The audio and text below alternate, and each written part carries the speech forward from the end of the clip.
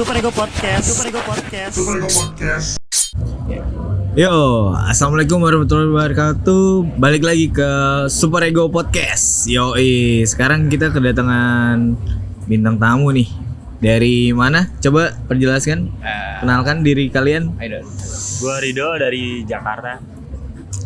Kalau gue Isan dari Jakarta juga. Oke, nah Rido sama Isan itu rider BMX kita. Jadi mereka berdua ini salah satu bisa dibilang lah BMX pro lah ya. Nggak pro juga. Suka merendah gitu Iya. nih ya. Oke, sekarang kita mau ngobrolin tentang di industri BMX-nya nih, sepeda ya kan. Tapi sebelum ke situ, gue mau tanya-tanya dulu nih sebelumnya. Nah, gimana menurut lo WOF yang sekarang nih? Lo sering datang ke WOF gak sih sebenarnya? Lo tahu Wall of Fate gak sih? Kalau gue sendiri ini termasuk perdana gue ya. Sebelumnya kan gue suka ngikutin kayak USS, terus JSD, terus sama lain-lain. Ini menurut gue baru pertama kali gue sih. Oh, lo baru datang pertama kali di WOF ya? Iya. Oke, kalau lo Dok? Kalau gue juga baru pertama kali sih. Baru pertama kali ya? Oke, berarti ini salah satu pengalaman pertama lo ikut event Wall of Fate ya? Yes. Oke, dan langsung jadi guest star di salah satu podcast dari Super Ego. Oke, keren juga. Jadi pertama langsung jadi guest star ya di sini. Oh, jadi pas lo tadi kesini udah keliling-keliling belum sih? Tadi udah sih. Kalau Udah. itu udah. Kalau karena gue baru datang, gue belum sih. Belum ya? Telat nih bapak Iya. ini tadi. Tadi Habis ngampus ya? Iya, habis ngampus udah ngurusin event dulu nih. Iya. Ini hari kedua, hari Sabtu masih ngampus ternyata ya. Iya. Oke, terus buat lo berdua, lo tipikal yang suka pakai denim gak sih sebenarnya?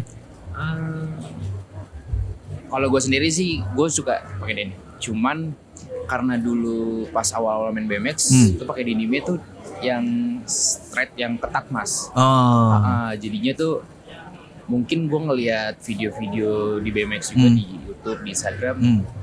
Wah, pakai celana yang bahan nih kayaknya enak nih. Dari celana jeans gue pindah tuh ke bahan tuh kayak chino kayak gitu. Terus lihat perkembangannya lagi nih BMX lainnya. Ternyata yang pakai yang baggy-baggy nih asik nih gitu kan. denim baggy ya. Nah, Oke. denim baggy. Akhirnya gue nggak pernah pakai celana jeans yang bener-bener ketat lagi tuh. Kayak gue udah nggak mau lagi. Oke, yang lulus lagi akhirnya. Oh iya. Soalnya buat aktivitas buat main BMX ini termasuk kayak sulit gitu loh. Kayak maksudnya ketat banget terus apalagi kan gue pakai deker ya. Jadinya kayak susah aja gitu. Gak leluasa Iya, gitu lah nggak ya. leluasa, benar. Oke, kalau lo Dok? Kalau gue juga dulu sih pakai denim yang stretch juga. Cuman ya ke sekarang ini ya lebih suka ke loose aja sih. Oh, sekarang jadinya akhirnya jadi yang gede-gede ya. Iya. Dari yang slim jadinya Yang gede. jadi yang lebih lus gitu ya. Oh, oke. Dan menurut lo, kan lo juga pertama kali nih ke WOF gitu kan. Terus lo lihat di sini yang lo rasain gimana nih selama tadi lo keliling tipis-tipis di sini? Untuk WOF-nya menurut lo gimana nih? Pengalaman pertama lo yang lo rasain gimana? Excited atau Excited sih. Melihat stand-stand dari brand-brand banyak denim kan. Bisa ngeliat-liat brand-brand lain juga lah. Ada yang lo incer gak nih? Kalau lo lihat tenan-tenannya yang di sini kan banyak brand lokalnya nih. Ada yang lo incer gak? Pengen belanja apa gitu akhirnya? Belum sih, belum ada. Belum ya. Kalau dari lo Sen? Mungkin gue belum muter-muter jadi gue belum lihat tenan-tenan lainnya juga kan. Nah, kemungkinan sih ya ada beberapa lah yang menurut gue itu kayak yang belum pernah gue lihat aja di Mas gitu. Oke, terus kita lanjut nih ke industri denimnya nih ya. Industri denimnya kalau lo lihat sekarang kan banyak brand denim dan akhirnya muncul brand-brand yang lain gitu kan. Nah, kalau menurut lo sebagai rider yang cocok materialnya buat si denim sendiri atau buat brand yang lain tuh seperti apa sih buat menunjang fashion lo nih di BMX? Kalau buat BMX sih enaknya sih yang nggak terlalu kaku juga bahannya gitu. Jadi bisa leluasa lah buat main. Nggak terlalu kaku lah. Berarti denimnya yang lus-lus gitu lebih cocok lah ya. Iya. Kaosnya justru yang nggak terlalu berat gitu ya. Iya. Oke, kalau lu San? Kalau gue juga sama sih kayak gitu ya. Maksudnya nggak terlalu kaku juga dan kalau yang bisa tuh kayak bener-bener nyaman juga dipakai sama gue. Karena gue kan main sepeda juga butuh kayak leluasa kan buat kaki gitu. Jadinya nggak terlalu berat juga lah mas. Oke, dan akhirnya lo kan ngeliat Super Ego nih sekarang ya kan. Gimana menurut lo Super Ego? Super Ego sih udah apa ya? Udah bagus sih buat BMX kan enak gitu. Jadi leluasa lah. Bahannya juga nggak terlalu kaku, jadi enak. Oke, kalau dari lu San? Kalau gue sih dari scene dunia kayak BMX sama skateboard sih masuk banget sih Super Ego karena jarang banget kayak dari dulu itu kan banyakan tuh brand-brand clothing yang bener-bener baju gitu loh, nggak memfokuskan kayak celananya nih kayak gimana nih gitu kan, kurang perhatian buat ke celana ya. Super Ego ini menurut gue kayak salah satu brand lokal yang support bener-bener kayak buat ke skateboard iya, ke BMX iya, terus yang olahraga ekstrim juga lainnya kan, karena celananya itu masuk banget nih kayak orang-orang luar di sana pakai gitu. Jadi cocok lah ya buat rider-rider BMX sama skate gitu lah ya. Ya buat kegiatan ekstrim cocok lah ya, bisa dibilang ya. Oke. Dan teman-teman juga banyak juga mas kayak di luar-luar daerah gitu kan yang pakai brand-brand Super Ego, dan gue baru ngeliat tuh kayak kemarin update-updatean anak-anak Jawa sana. Terus ketika lagi buat video, brandnya dipakai sama kayak gue pakai juga nih Merido ya gitu kan. Kayak udah termasuk pas gitu loh segmennya. Oke, dan akhirnya sekarang lu jadi ridernya Super Ego nih, gimana nih rasanya juga? Gue sih terima kasih banyak banget sih buat Super Ego karena gue juga termasuk yang apresiasi banget sama Super Ego. Gak nyangka aja gitu bisa masuk ke sini, ternyata disupport nih gue sama Rido gitu. Kebutuhan buat main sepeda juga termasuk kayak celana tuh, kayaknya outfit yang dipakai tuh kayak diperhatiin gitu loh mas, sama celana, nggak selain baju gitu. Karena pas juga sama Rido gitu. Oke, dan kalau lo Do, gimana rasanya jadi ridernya Super Ego nih? Terima kasih banyak juga sih buat Super Ego. Excited banget. Ya, dulu juga sempat mau beli brand ini karena emang kayak keren gitu buat BMX kan gitu. Tapi ya alhamdulillah juga support gitu. Oke, nah ngomongin tadi soal si BMX-nya, itu tadi juga udah cerita lo San. Sepeda pertama lo apa sih? Sepeda BMX lo nih? Kalau gue sih dulu pertama punya sepeda BMX sih ya lokal. Lokal? Iya. Oh justru dari lokal ya? Iya. Oke, lokal juga berarti udah keren nih sekarang? Oh udah keren sih. Udah keren ya? Jadi industrinya udah maju banget ya, bahkan udah bisa pakai produk lokal sendiri dari gearnya gitu ya? Iya. Mungkin salah satu buat ngepres budget dari BMX gear BMX-nya kali ya mas, karena sepeda lokal sama sepeda yang bener-bener produk dari luar sana harganya tuh drastis banget, bedanya banget bedanya. Sebutin berapa sih? Kalau frame aja ya, frame kita bedah outfit sepedanya nih kan sekarang coba. Kalau dari sisi sepeda yang dijual di ada di toko sepeda Jakarta itu harga kisarannya itu dari 4,5 juta sampai 8 juta, itu baru frame sepeda aja tuh, batangan sepeda. Itu lokal apa interlokal? Itu maksudnya impor luar negeri punya. Oh, luar negeri itu rate-nya dari 4 sampai 9. Iya, 4,5 juta. Oke, kalau yang lokal? Yang lokal itu sekitar mulai dari 400.000 ada ya? 400.000 ada? Oke. 2 juta sih paling mahal. Iya. Wah, jauh juta. juga Sob. Jauh banget. Iya. Jauh banget ya. Jauh. Tapi secara quality bagus sama? Beda. Tetap beda. Dari quality, dari bahan-bahannya, terus dari segi pengerjaannya rapi atau enggaknya kan gitu. Oke. Tapi berarti kalau dari situ menariknya, kalau untuk bisa dibilang awal lo lah, kalau misalnya orang awam nih atau gua gitu pengen main gitu BMX, lo ada tips and triknya nggak sih supaya bisa lo main nih cukup nih gearnya pakai ini gitu? Dulu mau jelasin? Jadi gini, kalau misalkan awal-awal standarnya lah ibaratnya, standarnya lo bisa main BMX nih sepedanya berapa sih gitu, rate-nya. Jadi kalau misalkan orang yang baru main BMX tuh nggak gue langsung jerumusin kayak lo harus beli ini nih sepeda BMX yang harga sekian enggak. Sebenarnya kalau mau main BMX tuh gue bener-bener open banget mas, kayak lu nggak punya sepeda pun gue ajak buat nyobain sepeda gue dan sepeda anak-anak lainnya gitu. Racunin dulu ya, racunin dulu pakainya punya gue gitu. Enggak, gue harus lu harus punya sepeda dulu dan beli gitu. Enggak. Jadi gue harus cobain dulu sepeda gue dan anak-anak gitu main. Dan gue juga nggak selalu bilang kalau misalkan sepeda BMX itu harus yang bener-bener kayak lu harus beli sepeda yang harga sekian harus sekian, enggak. Paling ya gue rekomendasi kalau buat pemula itu kayak lokalan aja gitu. Lokalannya cukup Iya, gitu ya. Lu punya duit 3 juta, 4 juta juga udah cukup buat brand-brand kayak produk lokal gitu kan. Itu udah bisa jadi satu sepeda tuh. Iya, bisa jadi satu sepeda. Oh, udah untuk awalan segitu aja dulu lah ya. Udah cukup lah. Berarti 3.000 lu udah bisa buat main BMX tuh udah cukup lah ya. Yang dialamin kan kalau kayak Rido kayak gue tuh awal-awal main BMX itu kan dari sepeda lokal gitu kan. Itu semakin lama kita main tuh ada masa tenggangnya nih mas, kayak misalkan ada vakumnya gitu. bukan vakum, Bukan jadi vakum. Gimana, ketika tegang? lu main sepeda tuh trik lu udah semakin tricky nih, udah level lu udah up lah Makin gitu. sulit gitu ya. Itu ada aja kendala kayak pedalnya patah, ntar ada bannya robek, ada frame-nya patah. Nah, itulah progres pergantian spare part-nya di situ. Dicicil lagi gitu, Mas. Dicicil lah berarti saat lo bisa ibaratnya lo ngedapetin trik A nih, itu nggak langsung dapat A gitu ya. Lo mesti ada turunannya dulu tuh ya. Bener. Ada progresnya ya step by step dan gitu nanti bisa kelihatan. Berarti kalau misalnya kalau di mata yang udah sering main berarti itu bisa kelihatan ya. Ini sepeda lu udah sampai di level mana atau triknya udah semana gitu ya. Itu kelihatan tuh ya. Kelihatan. Jadi ada yang kelihatan ada yang enggak. Kebanyakan nih kalau yang di Jakarta ini itu kebanyakan BMX nongkrong mas. Jadi kayak misalkan pandangan ngelihat kayak sepeda lo nih, oke nih, gini. Padahal tuh orangnya biasa aja gitu karena demennya main BMX itu cuma buat goes gitu kan.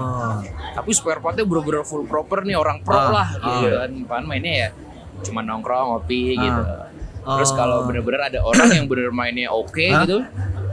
Kayak ada salah satu rider Jakarta juga, temennya Rido juga, dan itu bener-bener sepedanya lokalan semua mas, full itu sampai batangan sepedanya aja patah, sampai dilas-lasin tuh, dilas-lasin, mainnya udah oke banget. Nah, terus mungkin dilihat lah ada salah satu toko sepeda, akhirnya disupport dikasih frame gitu, intinya ngelihat apresiasi akhirnya dibuatin dikasih frame sama dia, akhirnya buat dia ini buat main lagi ya. Oke. Keren juga berarti. Industrinya sekarang udah mulai berkembang banget ya. Salah satu juga Rido juga kayak gitu sama kemarin juga frame-nya patah. Frame lu baru tuh gue lihat. Iya baru patah. Gila. Akhirnya disupport dikasih frame baru. Keren berarti emang udah semaju itu ya. Maksudnya udah mulai banyak yang melek lah kalau misalnya di BMX ini juga keren gitu lah ya, nggak cuma hanya skate terus gitu ya. Banyak yang perhatian sih. Banyak perhatian ya, jadi akhirnya banyak yang support gitu ya. Nah, tadi ngomongin soal nongkrong nih. Kalau di kita obrolan aja sih, simpelnya kayak misalnya, nongkrong kan kalau di scene ini kan street lah ya bisa dibilang. Kan kata posernya itu kan kenceng banget sob ya. Kalau di poser lu sob. Nah, itu kalau buat lu pribadi nih masing-masing, poser lu menurut lu tuh gimana sih? Kalau dari poser itu nggak hanya BMX kayak mas ya, itu banyak banget di kalangan kayak motor, skateboard, terus lain-lainnya komunitas lah. Cuman kalau yang jadi posernya itu merugikan menurut gue itu salah sih. Kayak misalkan apapun yang lu lakukan itu jadi ocehan buat nongkrong ya, jadi ocehan buat anak-anak tongkrongan lainnya gitu. Salah satunya tuh kayak misalkan gue punya acara gitu, tiba-tiba acaranya itu nggak meriah, terus hadiahnya kecil, terus tiba-tiba diomongin gitu kan. Tujuan acaranya itu kan sebenarnya bukan hanya hadiahnya mas, tapi ada komunitasnya nyatu gitu, lebih solidaritas gitu. Nggak hanya dari sisi hadiahnya aja, jadi itu lebih mempererat ekosistemnya lah ya, ngebangun ekosistemnya buat biar bisa terus jalan gitu ya. Kebanyakan tuh BMX poster itu selalu komentar yang enggak tuh. Kebanyakan tuh kalau yang pernah gue alamin ya, apapun yang dilakukan sama kayak rider-rider yang lagi oke nih, selalu dikomen tuh sama BMX poster tuh. Ada aja sih. Oke, kalau dari lu gimana Dok? Tanggapan lu? Ya sama sih poster juga ada yang suka kayak gitu. Ada juga yang kadang emang emang dia suka ngoleksi doang kan. Oke, berarti kalau kayak gitu justru yang dialamin justru mereka nggak jauh lebih baik lah ya dari lo misalnya katain gitu. Oh.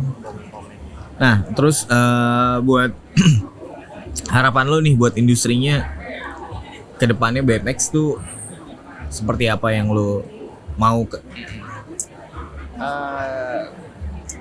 Kalau dari industri BMX-nya ini, menurut gua skatepark di daerah manapun itu diperluas sih mas. Jatuhnya Oh, itu kemarin sempat ada kayak rasis gitu ya men. Oh iya. Kalau gue lihat tuh kayak ada skatepark, terus anak BMX-nya nggak boleh main tuh. Iya. Sampai ada yang komen gitu tuh cukup viral tuh gue lihat kan.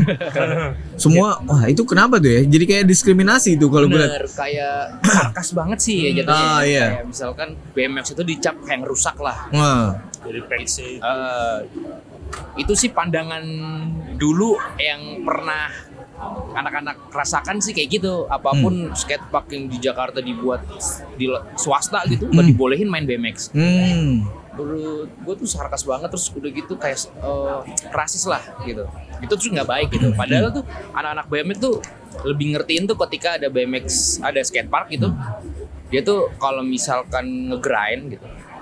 Apalagi sekarang zaman-zaman sekarang ini BMX itu udah kayak pakai sleeve ya. Iya. Dia udah pakai teflon dan dia itu nggak ngerusak lah mas. Gitu. Jadinya tuh jalu besinya itu dilapisin lagi sama teflon. Jadi itu lebih halus dan nggak ngerusak. Dan mungkin anak-anak yang skateboard yang sekarang itu taunya tuh jalu besinya itu yang rusak. Oh, oke. Justru yang kayak gitu ternyata Lebih yang kurang paham lah ternyata ya. Paham. Oh, jadinya rasis sebenarnya kita udah ada teknologi bahkan yang lebih bagus, jadinya nggak ngerusak sebenarnya ya. Iya. Dan bahkan tuh fun fact-nya yang bikin skatepark itu anak BMX kan? Iya betul. Iya kan? Iya kan? Dan dibilang kayak gitu. Oh. Iya, padahal kan namanya olahraga ya, kita bareng-bareng komunitas sama-sama ya maksudnya nggak perlu lah kayak gitulah. Kita bergaul secara sehat aja gitu, main bareng-bareng gitu. Cuman kita ngelihat dari kayak wah kayaknya kalau gue sih punya kesadaran diri sendiri ya, ketika gue mau nge-trick apapun yang menurut gue itu sulit dan bisa sepedanya jatuh kemana aja, kebanting dan itu bisa kayak kebentur flooringnya atau apa, gue lebih mikir ke situ sih, kayak mending gue nggak usah lakuin deh, gue takut nih gitu. Oh jadi saat lo nge-trick gitu istilahnya, lo udah pikirin dulu tuh ya. Oh ini bakal terjadi seperti apa, lo udah pikirin ke situ ya. Oh oke. Dan apa kalau gue lihat juga sekarang nih banyak yang akhirnya mulai tumbuh nih rider baru, BMX baru gitu kan. Kalau di daerah gue lihat itu semaju juga nggak sih dari Jakarta gitu untuk BMX? Mungkin di beberapa kota juga ada yang maju sih BMX-nya. Kayak di Jogja ya, Bandung. Berarti di luar Jakarta sebenarnya udah maju juga ya. Udah. Oke. Dan justru kebanyakan juga ada beberapa kompetisi akhirnya juaranya juga bukan dari ibu kota ya, kebanyakan dari luar juga ya. Oke. Terus lu ada rider idola nggak sih di Indo atau luar gitu? Oh, iya. Ada sih, pastilah. Kalau ya? rider sih pasti ada. Ada, sebutin siapa dong? Kalau di luarnya ya, di luarnya itu dulu ngelihat ada namanya Gert Reynolds. Terus kedua ada Chad Kerley dan ketiga ada Dennis Henderson. Itu rider dulu tuh satu tim gitu, kayak satu sponsor ya, ibaratnya kayak Super Ego gitu loh mas. Satu tim gitu main bareng. Keren terus, semua tuh. Iya keren semua tuh, mulai dari outfit terus main trik-triknya, wah oke lah, the best lah. Itu gue idola banget lah rider dia. Sampai sekarang pun style gue juga kayak ngeliat inspirasinya dari sana semua. Okay. Up to date kesana lah. Kesana ya. Siap. Kalau lu Dok? Kalau gue sih idolain dari kalau luar ya. Sama Gert Reynolds juga. Kedua juga ada tuh dulu Stevie Churchill namanya. Wah itu banger banget lah orangnya. Yang ketiga ada si Felix Prangenberg. Felix ya? Iya, itu jago banget itu. Kalau gue kenalnya Nigel doang tuh. Oh Nigel, kalau Nigel lah. Fashion itu dia. udah fashion, udah. Iya, itu kayaknya Keren sih. Iya. Lo main BMX tapi style lo tetap keren tuh. Kalau gue lihat dia juga banyak kolaborasi kan akhirnya sama brand kan. Iya. Sama brand. Kalau yang lokal siapa? Kalau yang lokal awal main BMX itu ada yang dari Jogja, Jawa itu. Dulu namanya yang dikenal tuh dulu Wendy Cagur. Wendy Purnama gitu kan. Iya. Wendy Purnama gitu. Wendy Purnama. Iya, tapi sekarang dikenal Mas Wen tuh orang Wen. Jogja. Oke. Betul kemarin kita ke Jogja ketemu ya? Iya. Ketemu ya? Ketemu. Wis. Itu orangnya Asik ya? asik banget, parah. Open Humble. banget. Justru yang Oji itu humble ya mainnya. Iya. Kalau lu siapa, Dok? Kalau dari lokal ya, kebetulan ada di sini nih. Idola dari dulu nih. Oh. Sama Anto juga. Anto ya. Iya. Berarti satu rider semua tuh ya, ridernya dari Super Ego tuh sob. Iya. Ada Anto kan, Anto, lu sama Ihsan berarti semua saling mengidolakan ya satu Iya. tim ya. Idola itu. Wah seru Kayak banget Marquez nih. ya. Oke. Berarti kedepannya ini kita belum pernah kecapai nih. Kalau pertanyaan berikutnya nih terakhir, harapan gue sih kalau gue dulu ya rider kita nih Super Ego kumpul bareng. Tadinya Anto harusnya ada duduk di sini, tapi berhubung anaknya sakit, jadi izin, jadi Antonya nggak bisa ikut. Jadi nextnya kalau harapan gue sih kita bikin konten bareng, kita bikin movement bareng lah supaya bisa lebih berkembang lagi di industrinya. Kalau buat gue, nah gantian gue tanya sama lu, harapan lu buat BMX Indonesia dan buat Super Ego yang sendiri apa sih ke depannya? Lebih ke sistem ini aja sih Mas, kayak ketika gue lagi main sama Rido sama Anto gitu, lebih kayak friendly sama teman-teman gitu kan, ketika pakai outfit yang samaan dan kita selalu kayak nyaranin kayak kasih apapun yang kita punya gitu loh kan, tetap humble lah sama brand gitu kan. Terus sama rider-rider BMX juga kayak lebih mudah dikenal sama brandnya. Oke. Terus kalau lu, Dok? Kalau buat BMX Indonesia sih semoga ya banyak event lah sekarang ini. Banyak event ya. Iya. Oke. Dan kalau buat si Super Ego gimana? Buat Super Ego Harapannya? sekarang ini lebih maju sih, sukses sih menurut gue. Oke lah buat kayak celananya gitu, cocok banget buat dipakai anak-anak BMX ya. Iya. Bener, cocok banget. Harapannya jadi justru lebih banyak lagi produknya gitu ya berarti ya. lebih, artikelnya lebih berbanyak lagi lah. Oke, kalau lu, Dok? Ya harapan gue sih semoga Super Ego tuh bisa go internasional ya. Yes. Ke internasional wajib lah. Iya wajib. Amin. Kayak kemarin Anto udah mulai jalan lagi tuh ya keluar Iya. ya kan. Ya mungkin nanti nextnya kita bikin activity keluar lagi sendiri lah ya. Mudah-mudahan nanti di 2023 kita lebih go lagi lah. Iya. Kita lebih ugal-ugalan lagi. Oke. Iya. Thank you banget nih, Dok. San udah pada datang ke sini, udah nyiapin waktunya. Sekian podcast dari kita. Assalamualaikum warahmatullahi wabarakatuh. See you. Podcast.